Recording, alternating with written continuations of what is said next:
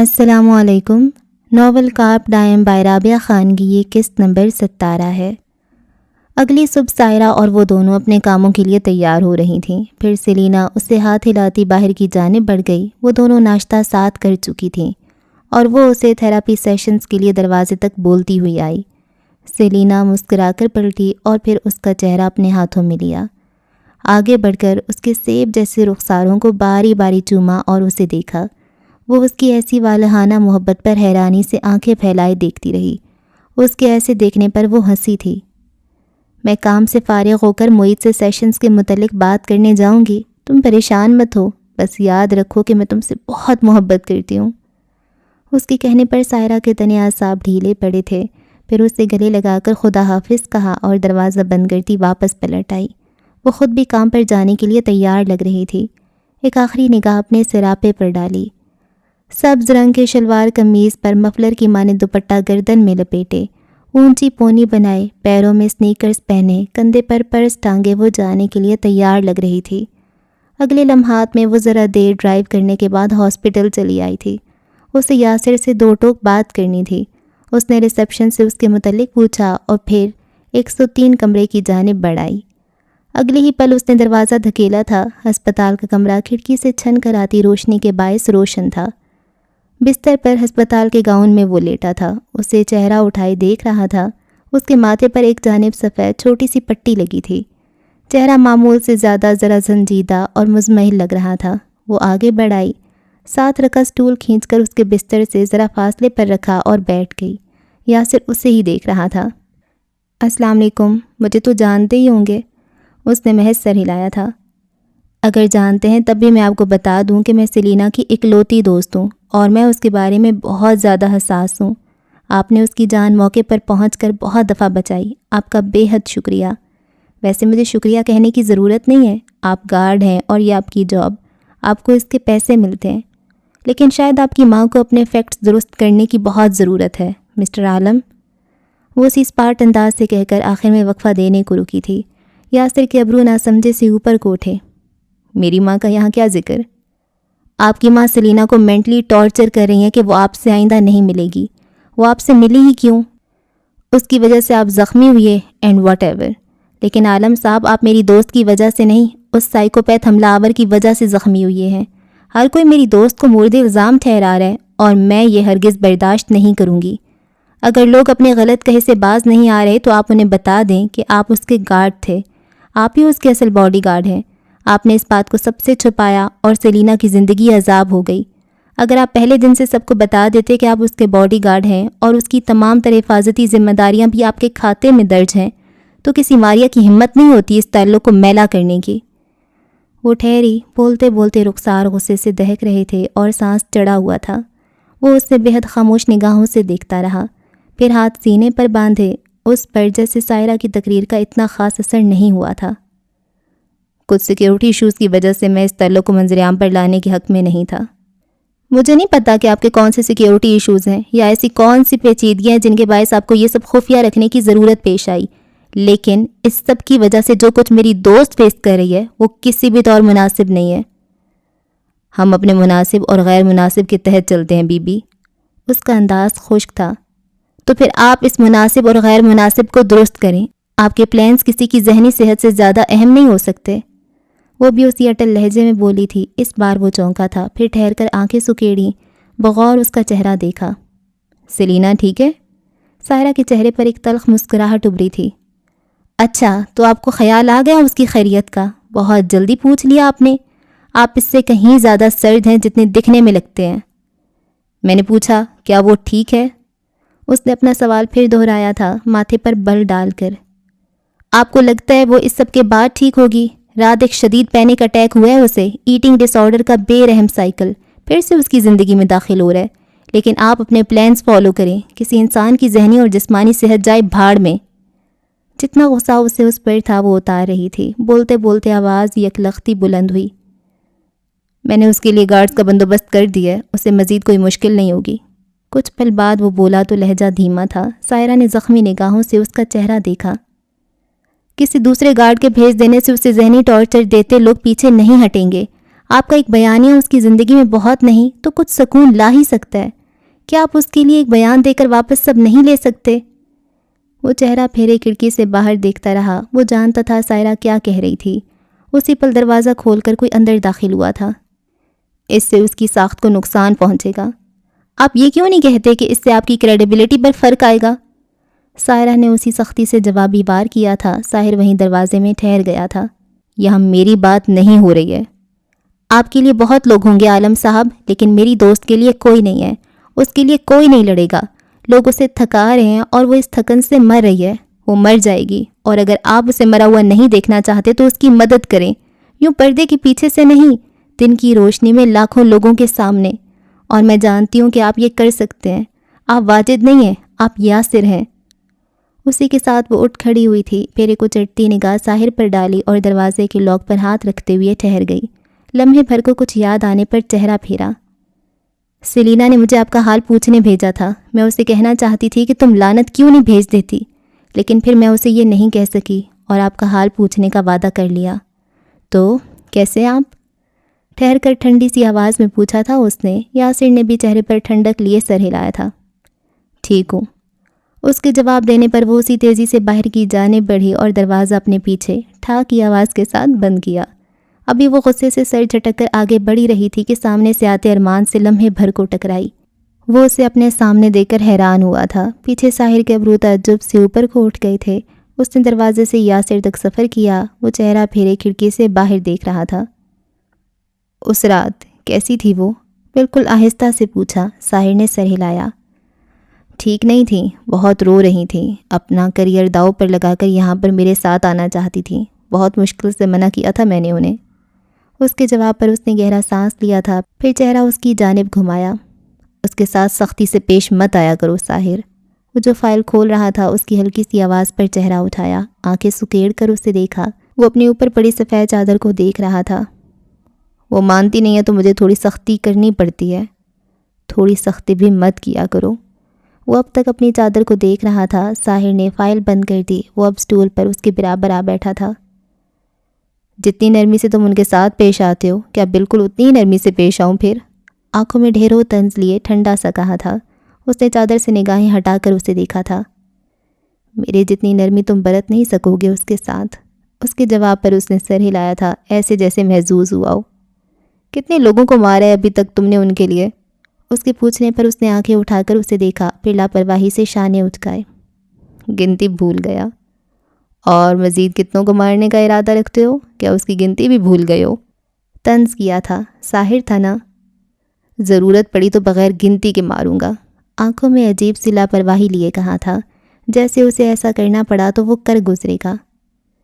کسی کو مارو یا نہیں، لیکن واجد کی ہڈی پسلی اگر تم نے نہیں توڑی تو میں تمہیں نہیں چھوڑوں گا. اور وہ بری طرح چونکا تھا. اگلی پل سیدھا ہو کر اسے دیکھا اور اب پھر سے فائل کھول رہا تھا. کیا مطلب؟ کیا کیا ہے اس نے پھر؟ کچھ کیا نہیں، کر بھی کیا سکتا ہے چکن شیٹ. بس سیلینا کو شادی کی آفر کر رہا تھا آخری ملاقات میں. کہہ رہا تھا میرے لیے خود کو تھوڑا سا بدل لو. لیکن سیلینا بھی اپنے نام کی ایک ہی ہے. اس پر پانی پھینک کر وہاں سے اٹھ گئی تھیں. مزے سے بتایا. اور وہ جو ساکت ہوا سا اسے دیکھ رہا تھا یکدم ہنس دیا. گردن پیچھے پھینک کر ساحر بھی سر جھکا کر ہنسنے لگا. منحوس شکلیں ہیں تم سب کی. خدا کا قہر نازل ہو تم لوگوں پر. یہی بالکل یہی کہا تھا 50 لوگوں کے درمیان اسے. اور اللہ گواہ ہے اگر وہ اسے سیدھا نہیں کرتی تو میں اس واجد کو اتنا مارتا کہ اس کی شکل بگڑ جاتی. ساحر کی مار کھائی نہیں ہے اس نے ابھی. جبڑے سے دانت الگ ہو جاتے اور بیٹھنے پر ایک خاص جگہ دکھنے لگتی. لبوں پر آتی کوئی گالی روکی تھی آخر میں اس نے. یاسر ہنستا جا رہا تھا. تمہیں اس سے کیا مسئلہ ہے؟ اس کے پوچھنے پر فائل کی ورگردانی کرتے ساحر نے چہرہ اٹھا کر اسے دیکھا تھا. پھر گہرا سانس لیا. میری بہن کا شوہر بھی اتنا ہی ٹاکسک تھا. میں ان دنوں چھوٹا تھا، مجھے نہیں پتا تھا کہ گھر کی عورتوں کو ایسے درندوں سے کیسے محفوظ رکھتے ہیں. وہ انہیں مارتا تھا. پھر ایک دن غلط جگہ لات لگنے پر وہ اور ان کا بچہ دونوں مر گئے. اس کی آنکھوں میں ایک آٹ سی اتری تھی. یاسر حیرت سے اسے تک رہا تھا. پھر گہرا سانس لے کر سر ہلایا. بہت بے وقوف تھی وہ، بالکل سیلینا جیسی. اس لیے شاید. رک کر کندھے اچکائے. اس واجد کو آس پاس دیکھ کر دماغ خراب ہونے لگتا ہے میرا. پھر اس نے سر جھٹک کر فائل یاسر کی جانب بڑھائی. وہ اب اسے کیس کی بریفنگ دے رہا تھا. وہ دونوں ہسپتال کی عمارت کے باہر استیدا تھے۔ سائرہ ہاتھ باندھ کر انتہائی خفگی سے سامنے دیکھ رہی تھی اور ارمان بالکل چپ ہوا اسے دیکھ رہا تھا۔ اندر ہوئی تلخ کلامی وہ اس کے گوش گزار کر چکی تھی۔ پھر اس نے گہرا سانس لیا اور جیبوں میں ہاتھ اڑسے۔ میرا دوست خود غرض لگ سکتا ہے لیکن وہ ایسا ہے نہیں۔ پلیز میرے سامنے اپنے دوست کی حمایت کرنے کی ضرورت نہیں ہے آپ کو، اس نے انتہائی بیزاریت سے کہا۔ ایک سلینا کم نہیں ہے میرے پاس اس سرد آدمی کی حمایت کرنے کے لیے، وہ ہلکا سا ہنس دیا۔ سلینا تو پہلے ہی اس کی فین ہے، بس الٹے سیدھے لوگوں کی فین بنتی رہتی ہے وہ احمق لڑکی۔ احمق تو ہے وہ، اس کے کہنے پر سائرہ نے ایک جھٹکے سے چہرہ اس کی جانب پھیرا تھا۔ دھوپ ان دونوں پر ترچھی ہو کر گر رہی تھی۔ سائرہ کی سبز آنکھوں کی کانچ اس دھوپ تلے چمک رہے تھے، رخسار گلابی ہو رہے تھے اور آنکھوں میں چبھن سی تھی۔ ارمان اسے اس دھوپ میں کھڑا کئی پہروں تک دیکھ سکتا تھا۔ اف، وہ اتنی خوبصورت کیوں تھی؟ ایک منٹ، اسے احمق صرف میں کہہ سکتی ہوں، آپ نہیں۔ وہ میری بیسٹ فرینڈ ہے، آپ کی نہیں، سختی سے چبا کر کہا تو ارمان نے جیبوں سے ہاتھ نکال کر اٹھا دیے۔ معافی، غلطی ہو گئی۔ اس کے تنے نکوش ذرا ڈھیلے پڑے تھے۔ آپ تو بہت جلد جیلس ہو جاتی ہیں۔ ظاہر سی بات ہے، جو میرا ہے وہ میرا ہے، کسی کو اس پر انگلی اٹھانے یا ہتھیانے کا کوئی حق نہیں۔ میری زندگی تو آپ کے ساتھ مشکل ہو جائے گی۔ اور ایک دم سے ہی اس کے لبوں سے پھسلا تو وہ چونکی۔ کیا مطلب؟ مطلب آپ اتنا جیلس ہوتی ہیں تو یہ کہ مجھ سے شادی کریں گی آپ؟ اوہ ڈیم، یہ کیا کہہ دیا تھا اس نے؟ وہ چند پل منہ کھولے اسے حیرت سے دیکھتی رہی، پھر آنکھوں میں ناسمجھی سی ابھری۔ کیا کہا آپ نے؟ کیا برائی ہے مجھ سے شادی کرنے میں؟ گڑبڑا کر پوچھا تھا۔ بات بگڑنے سے پہلے اسے سنبھالنی تھی۔ میں ادھر اپنی دوست کے لیے پریشان ہو رہی ہوں اور آپ کو شادی کی پڑی ہے؟ آپ کی دوست کو میرا دوست کچھ نہیں ہونے دے گا، اس لیے میں چاہتا ہوں آپ مجھ سے شادی کر لیں، آنکھیں چپکا کر معصومیت سے کہا تھا۔ سائرہ نے بے یقینی سے گہرا سانس لیا۔ آپ کی امی کو پتہ ہے آپ لڑکیوں کو ہاسپٹلز کے باہر پروپوز کرتے ہیں؟ لڑکیوں کو نہیں، صرف آپ کو پروپوز کیا ہے، پہلی لڑکی ہیں آپ، اور میری مما نہیں ہے، ان کی ڈیتھ ہو چکی ہے۔ اور وہ جو کچھ سخت سا کہنے لگی تھی آخری بات پر رک سی گئی۔ وہ اب ذرا خفگی سے سامنے دیکھ رہا تھا۔ سائرہ نے اسے مزید کچھ نہیں کہا، وہ وہاں سے نکل آئی تھی، پھر اپنی کار کا اگلا دروازہ کھول کر اندر بیٹھی، چند پل شوق سے اسٹیئرنگ کو تھامے رکھا۔ ایک دوست اتنا کولڈ ہے اور دوسرا ہاسپٹل کے باہر پروپوز کرنے سے بھی نہیں چوک رہا۔ اس نے سر ہلایا اور پھر اسی بے یقینی سے بڑبڑاتی اگنیشن میں چابی گھمانے لگی۔ پیچھے ارمان مسکرا کر جیبوں میں ہاتھ ڈالتا اندر کی جانب بڑھ رہا تھا۔ آخر کار یاسر کی وجہ سے اس کی شادی کا پروپوزل بھی ہسپتال کے باہر ہی طے پایا تھا۔ Good good. کام کرتے کرتے کب ٹھنڈی سی شام گھر آئی اسے اندازہ نہیں ہو سکا۔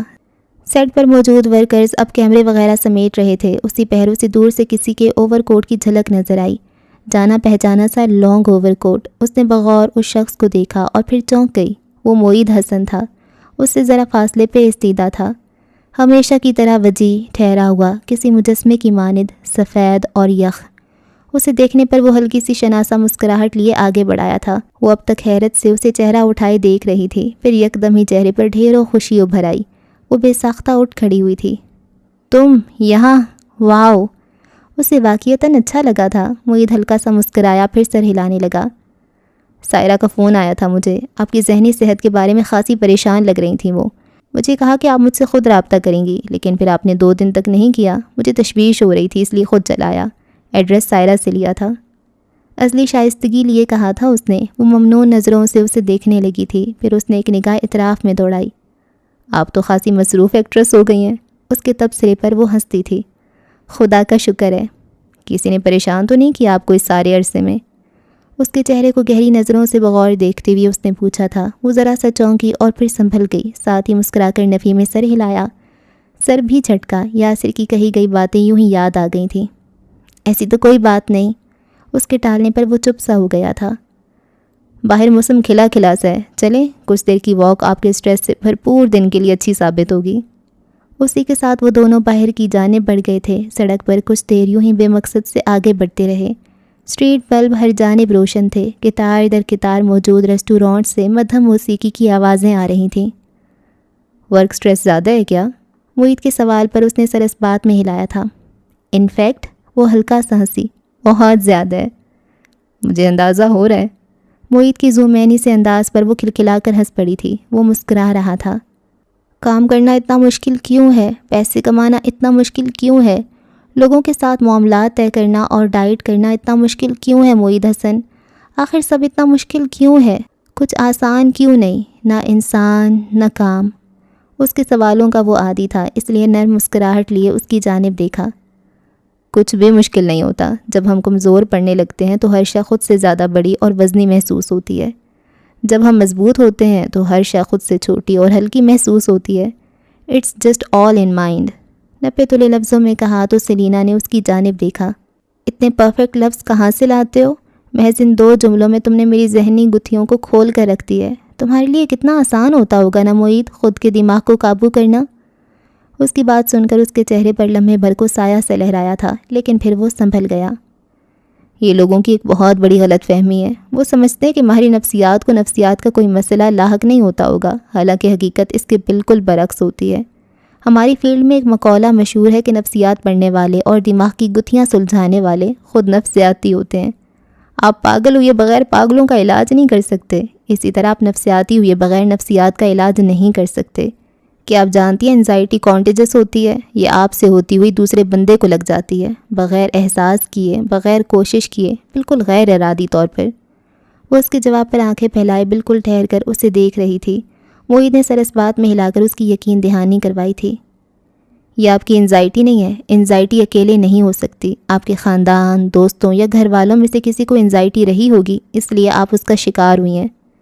اور وہ ایک پل کو بالکل رک سی گئی تھی۔ اسے یاد آیا اپنی ماں کا بیجا ایک ٹانگ جھلاتے رہنا، ناخن کھانا، شدید اضطراب کے عالم میں ایک ٹانگ کو بیٹھے بیٹھے مزید تیزی سے ہلانا۔ اسے یاد تھا کہ وہ ان کو دیکھ کر خود بھی بغیر کسی ارادے کے ویسا ہی کرنے لگتی تھی۔ برسوں کی الجھن جیسے اس لمحے سلجھ گئی تھی۔ مطلب ایک انسان کی انزائٹی دوسرے میں منتقل ہوتی رہتی ہے، یہ مجھے کسی سے لگی ہے؟ اس نے آنکھیں پھیلا کر پوچھا تھا۔ معید نے سر ہلایا۔ بالکل۔ پھر تو آپ کو سب سے زیادہ انزائٹی ہونی چاہیے، آپ کے پاس اتنے عجیب و غریب مریض آتے ہوں گے، آپ تو پاگل ہونے لگتے ہوں گے۔ اور آنکھیں معصومیت سے پھیلا کر ایسے کہا تھا کہ معید بے اختیار ہنس دیا۔ ایسا ہی ہے، اس لیے ہمارے نفسیات اپنی روٹین کا بے حد خیال رکھتے ہیں۔ ہم صحت افزا کھاتے ہیں اور روزانہ میڈیٹیٹ کرتے ہیں۔ ورزش ہماری زندگی کا ایک اہم جزو ہے۔ ہمیں نفسیاتی امراض کا علاج کرنے سے پہلے خود کو قابو کرنا ہوتا ہے۔ سوچے میرے پاس ایک مریض انزائٹی سے فریک آؤٹ ہو رہا ہو اور میں اس کی حالت دیکھ کر اس سے زیادہ فریک آؤٹ ہو جاؤں۔ اس پر اس کی اپنی انزائٹی کے ساتھ میری انزائٹی بھی مسلط ہو جائے گی۔ وہ میرے آفس سے جب اٹھ کر جائے گا تو سکون کی بجائے مزید پاگل ہونے لگے گا۔ اس لیے مریض چاہے کتنا ہی بے چین اور مضطرب ہو رہا ہو، ہم پرسکون بیٹھے رہتے ہیں۔ ہمیں مریض کے ساتھ پاگل نہیں ہونا ہوتا۔ آخر میں کندھے اچکائے تھے، وہ متاثر سی نظر آنے لگی تھی۔ وہ پھر سے ساتھ ساتھ چلنے لگے تھے۔ محض اس سے چند باتیں کر کے ہی سیلینا کو اپنے کندھوں سے بوجھ اترتا محسوس ہو رہا تھا۔ بعض انسان کی موجودگی بھی کتنے سکون کا باعث ہوتی ہے۔ کتنا مشکل کام ہے نا؟ مشکل کچھ نہیں ہوتا، بس ہم کمزور ہوتے ہیں۔ جی جی معید صاحب، میں جانتی ہوں کہ آپ انتہائی مضبوط اعصاب رکھنے والے ماہر نفسیات ہیں۔ وہ اس کی بات پر ہلکا سا ہنس دیا۔ میرا سیشن بک کر لو تم، جلدی فارغ ہو کر آؤں گی۔ اتنے دنوں بعد بات کی ہے تم سے، بہت اچھا اور تر و تازہ سا لگ رہا ہے۔ جو میڈیسن میں نے پہلے دی تھیں وہ لے رہی ہیں آپ؟ نہیں، مصروفیت میں وہ مجھ سے بالکل چھوٹ گئی ہیں۔ ساری محنت ضائع کر دیتے ہیں آپ لوگ یہ ایک بات کہہ کر۔ وہ اس کی ہلکی سی ڈانٹ پر ہنستی تھی، یہاں اس کی غلطی تھی۔ اب نئے سیشن کی باقاعدگی سے لوں گی۔ اس نے سر ہلایا تھا۔ چند پل وہ دونوں یوں ہی چھوٹے چھوٹے قدم اٹھا کر چلتے رہے۔ لمحے بھر کو آسمان سے گرج ابھری تو ان دونوں نے یوں ہی سر اٹھا کر دیکھا۔ آسمان سرمئی بادلوں سے ڈھکا ہوا تھا، فضا میں بے ساختہ ہی حبس سا محسوس ہونے لگا تھا۔ سرمئی اور گہرا نیلا رنگ واقعی ڈپریشن کی علامت ہوتے ہیں؟ اس نے معید کی جانب چہرہ پھیر کر کہا تھا۔ اس کی نگاہیں معید کی کنپٹی سے ہوتی ہوئی کان تک پھسلیں۔ اس پر ہلکا سا زخم تھا۔ معید نہیں چونکا، چہرہ اتنے ہی سکون سے اس کی جانب پھیرا۔ لمحے بھر کو سیلینا سن ہوئی۔ کتنی ٹھنڈی آنکھیں تھیں اس کی۔ اسے اپنی ریڑھ کی ہڈی میں سنسناہٹ سی محسوس ہوئی۔ آپ کیا پوچھنا چاہتی ہیں سیلینا؟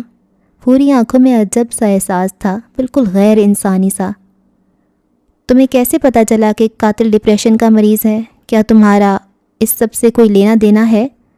اس کی آنکھوں میں دیکھتے ہوئے اس نے سوال کیا تھا۔ فضا میں یکدم ہی ٹھنڈی سی ہوا چلی، بہت تیز ٹھنڈی ہوا۔